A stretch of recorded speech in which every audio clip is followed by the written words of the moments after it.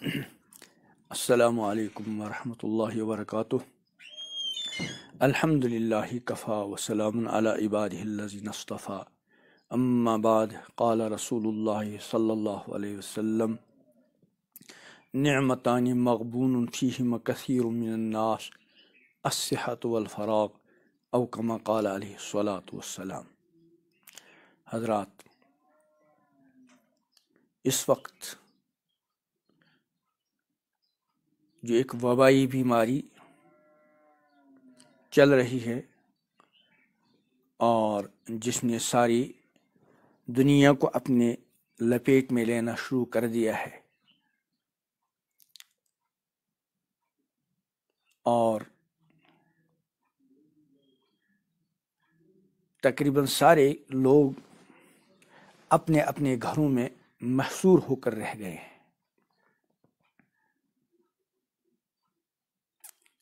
ہمارے جو قیمتی اوقات مختلف کاموں میں صرف ہوتے آئے ہیں، اس وقت وہ کام نہیں ہو پا رہے،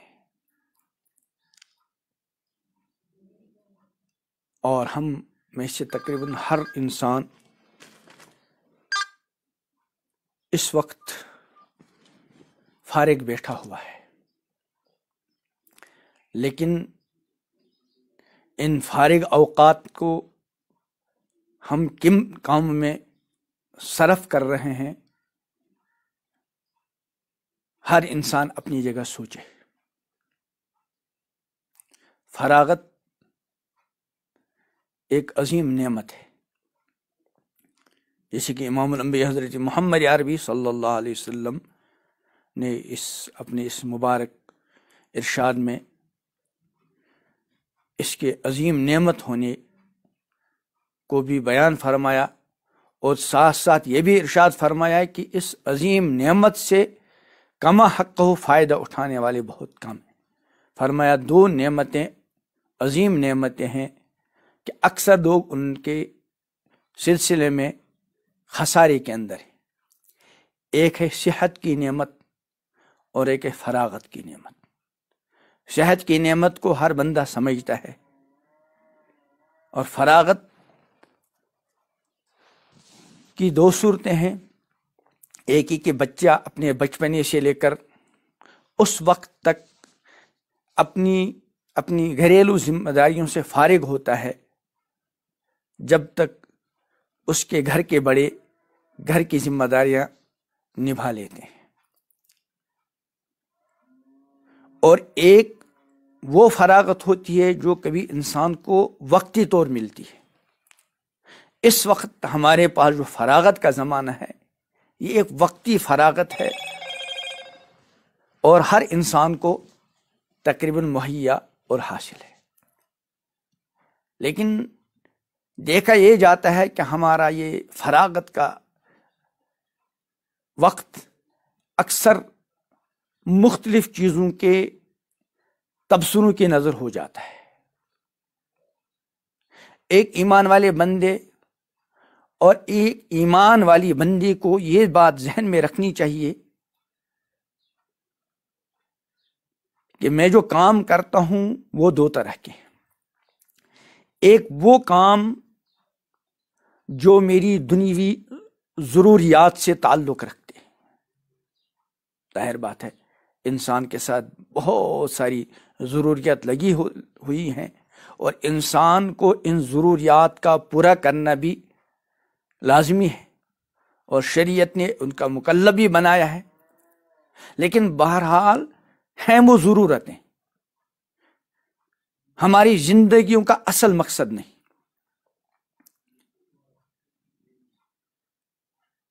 میں ایک مثال عرض کیا کرتا ہوں کہ ایک انسان گھر سے باہر جاتا ہے، مثلا بہت سارے ہمارے طلباء باہر کی ریاستوں اور باہر کے ممالک میں جاتے ہیں، جیسے اس وقت بہت تعداد میں ہمارے بچے، ہماری بچیاں جو دوسری ریاستوں یا دوسرے ممالک میں زیر تعلیم تھے، وہاں سے حالات کی وجہ سے واپس آئے ہیں۔ ظاہر بات ہے ہمارے ان بچوں اور ہماری ان بچیوں کا باہر جانا یہ تعلیم کی غرض سے، تو اصل مقصد تعلیم، لیکن اس عرصے میں وہ وہاں کھاتے بھی ہیں، پیتے بھی ہیں اور باقی ضروریات بھی پوری کرتے ہیں۔ ظاہر بات ہے وہ اپنا اصل کام اور اپنا اصل مقصد تعلیم کو سمجھتے ہیں۔ رہا کھانے پینے وغیرہ کا مسئلہ، ان چیزوں کو ضرورت سمجھتے ہیں۔ اسی طرح یہ دنیا جو ہے، اس دنیا کے اندر ایمان والے بندے کی کچھ ضروریات ہیں اور ایمان والے بندے کے لیے کچھ مقاصد ہیں۔ جہاں تک تعلیم کا معاملہ ہے، ملازمت کا معاملہ ہے، تجارت کا معاملہ ہے اور دوسرے مختلف کام ہیں، یہ ہماری ضروریات ہیں۔ اللہ تعالیٰ کی بندگی اور اپنی آخرت کو بنانا یہ ہماری زندگیوں کا مقصد ہے۔ رب العالمین کا فرمان ہے وَمَا خَلَقْتُ الْجِنَّ وَالْإِنسَ إِلَّا لِيَعْبُدُونَ، جنات اور انسانوں کو میں نے اپنی عبادت اور بندگی کے لیے پیدا کیا ہے۔ اور امام الانبیاء حضرت محمد عربی صلی اللہ علیہ وسلم کا فرمان ہے الدنیا مزرعۃ الآخرہ، دنیا آخرت کمانے کی جگہ ہے۔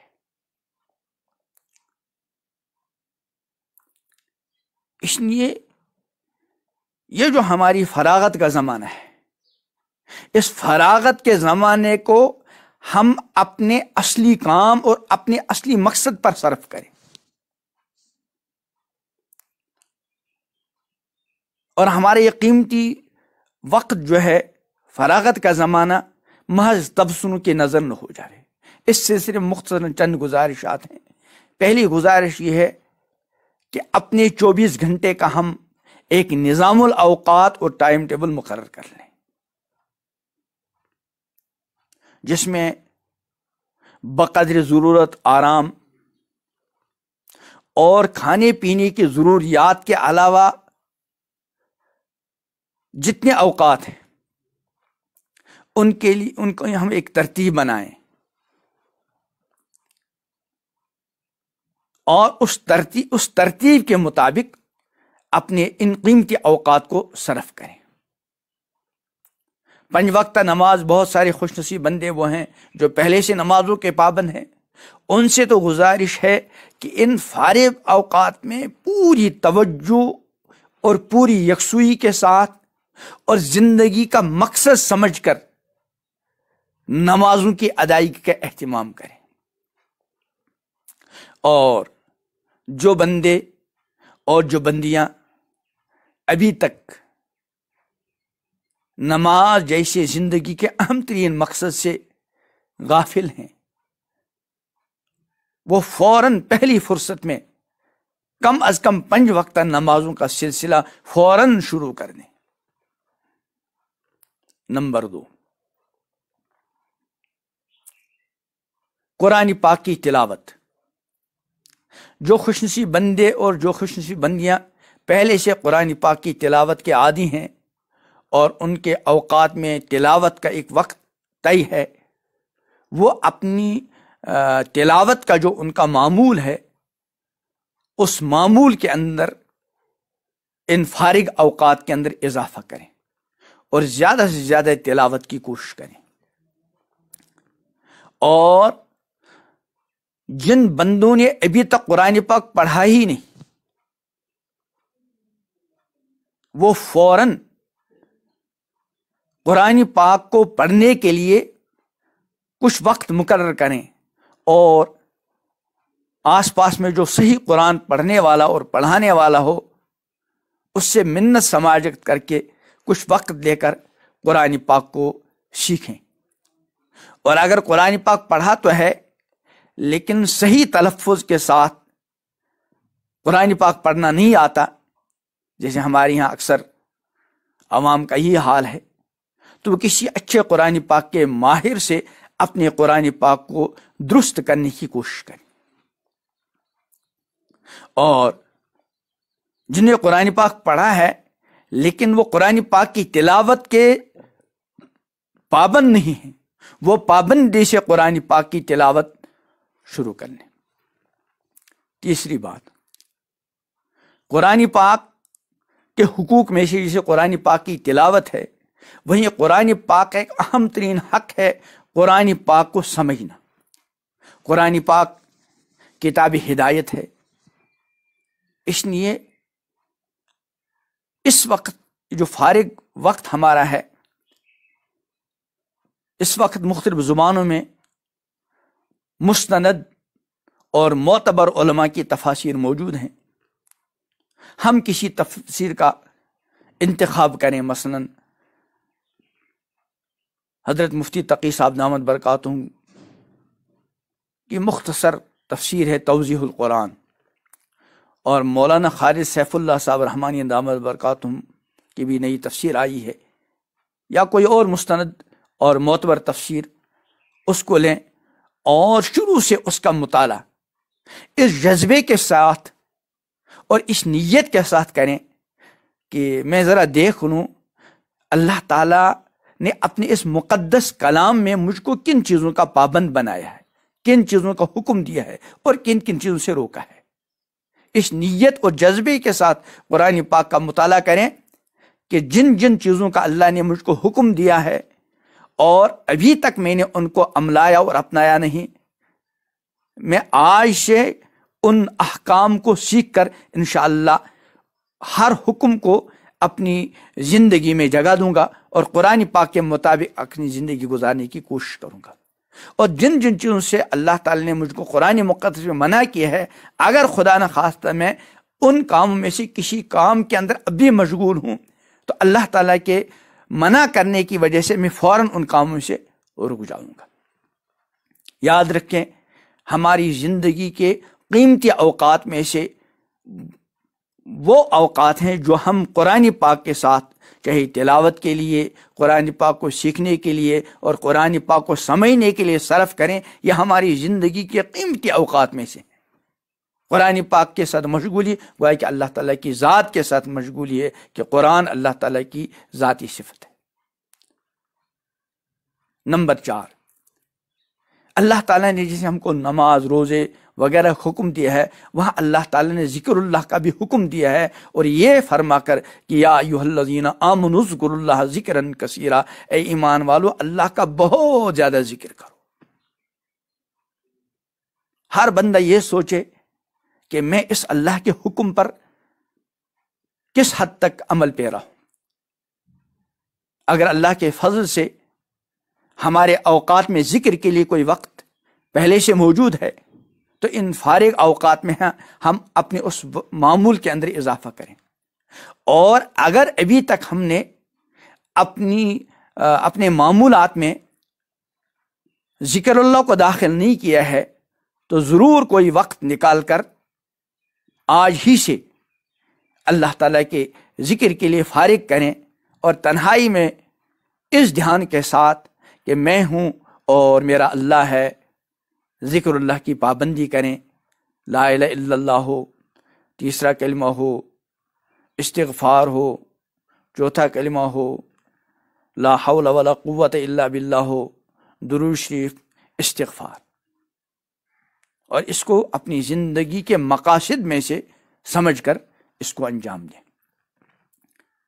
5ویں چیز، اللہ تعالیٰ سے مانگنے کی اور دعا کی عادت بنائیں۔ جن لوگوں کو پہلے سے اللہ کی طرف سے دعاؤں کی توفیق ملی ہوئی ہے، وہ ان فارغ اوقات میں اس کے اندر اضافہ کریں، اور جن کو پہلے سے مانگنے کی عادت نہیں اللہ سے، وہ اللہ سے مانگنے کی عادت کو اپنی زندگی کا حصہ بنائیں۔ یاد رکھیں، غیر اللہ سے مانگنا یہ اکثر و بیشتر ذلت اور رسوائی کا سبب ہے، اور اللہ تعالیٰ سے مانگنا یہ اللہ کی طرف سے بہت بڑا اعزاز ہے۔ امام الانبیاء حضرت محمد عربی صلی اللہ علیہ وسلم کا فرمان ہے کہ جس بندے کے ساتھ اللہ تعالیٰ بھلائی کا ارادہ کرتے ہیں، اس سے مانگنے کا دروازہ اس کے لیے کھول دیتے۔ اس لیے دعا کے لیے اپنا وقت مقرر کریں، اور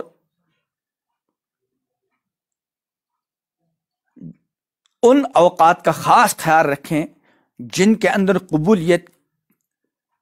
کی زیادہ بشارتیں موجود ہیں۔ مثلا امام الانبیاء حضرت محمد عربی صلی اللہ علیہ وسلم کے فرمان کا خلاصہ ہے کہ جب رات کا آخری تہائی ہوتا ہے تو اللہ تعالیٰ اپنی شان کے مطابق آسمانی دنیا پر نزول فرماتے ہیں، اور اللہ کی طرف سے ندا ہوتی ہے کوئی مانگنے والا اس کو عطا کروں، ہے کوئی گناہوں کی معافی چاہنے والا اسے معاف کروں، اور ہے کوئی توبہ کرنے والا اس کی توبہ قبول کروں۔ فراغت کا زمانہ ہے، رات کے اندر اگر آرام میں کچھ کمی ہو گئی تو دن میں اس کو پورا کر سکتے ہیں، اس لیے رات کے آخری تہائی میں 1 گھنٹہ 1.5 گھنٹہ جتنا بھی ہم سے ہو سکے اٹھ کر وضو کر کے کچھ رکعتیں نماز پڑھ کے اللہ تعالیٰ کی بارگاہ میں اپنی اور امت کی بے کسی اور بے بسی کو پیش کریں، اللہ تعالیٰ سے اپنے لیے پوری امت کے لیے مغفرت کی دعا کریں اور ساری انسانیت کے لیے سلامتی کی دعا مانگیں۔ خاص کر یہ جو وبائی بیماری اب عام ہوتی جا رہی ہے، اس وبائی بیماری سے نجات کے لیے پوری امت اور ساری انسانیت کے واسطے دعا کریں۔ ایک گزارش یہ ہے کہ جس طرح ہم مروجہ تعلیم کے لیے سال ہر سال نکالتے ہیں، وقت کی ضرورت ہے، لیکن یاد رکھیں جیسے مروجہ تعلیم وقت کی ضرورت ہے، اسی طرح دینی تعلیم زندگی کے مقاصد میں سے۔ امام الانبیاء حضرت محمد عربی صلی اللہ علیہ وسلم کا فرمان ہے، طلب العلم فریضۃ علی کل مسلم، بقدر ضرورت علم طلب کرنا ہر مسلمان پر فرض ہے۔ یاد رکھیں علم کے 2 درجے ہیں، ایک ہے فرض عین کہ ہر علاقے میں کچھ علماء متدین مستند ایسے ہوں کہ عوام الناس مختلف قسم کے دینی امور میں ان کی طرف رجوع کر سکیں، اور ایک درجہ علم دین کا فرض عین ہے کہ بقدر ضرورت ہر بندہ علم دین حاصل کرے، یہ ہر مسلمان پر مرد ہو یا عورت فرض عین ہے۔ ان فارغ اوقات کے اندر ہم کم از کم اس فرض عین والے حصے کو حاصل کرنے کی کوشش کریں۔ ہر زبان میں مستند اور معتبر کتابیں موجود ہیں، اپنے یہاں کے متدین مستند علماء سے مشورہ کر کے کتابوں کا انتخاب کریں۔ مثلا چند کتابوں کی نشاندہی میں کرتا ہوں، مولانا منظور صاحب نعمانی رحمۃ اللہ علیہ کی ایک کتاب ہے اسلام کیا ہے، جس میں آسان اور مختصر انداز میں اسلام کا تعارف کیا گیا ہے۔ ہم اس کتاب کو یہ سمجھ کر پڑھیں کہ جو کچھ اس کے اندر پڑھوں گا انشاءاللہ اس کے مطابق اپنی زندگی گزار کر اللہ تعالیٰ کے اس فرمان کہ یا ایھا الذین آمنوا ادخلوا فی السلم کافہ، اے ایمان والو اسلام میں پورے داخل ہو جاؤ، اس کتاب کو پڑھنے کے بعد میں انشاءاللہ پورے اسلام میں داخل ہونے کی کوشش کروں گا۔ اس طرح حضرت تھانوی کی کتاب ہے رحمۃ اللہ علیہ حیات المسلمین، امام الانبیاء حضرت محمد عربی علیہ السلام کے مبارک ارشادات جو زندگی کے مختلف شعبوں سے متعلق ہیں اس میں موجود ہیں۔ اسی طرح حکیم الامت حضرت تھانوی رحمۃ اللہ علیہ کی کتاب مختصر سی ہے جس میں عقائد، عبادات، معاملات، معاشرت وغیرہ بہشت ثمر کے نام سے 2 حصوں میں مختصر کتاب ہے، اس کو خریدیں اور اس کا مطالعہ کریں۔ اس کو پڑھنے کے بعد انشاءاللہ روز مرہ کے جو ہماری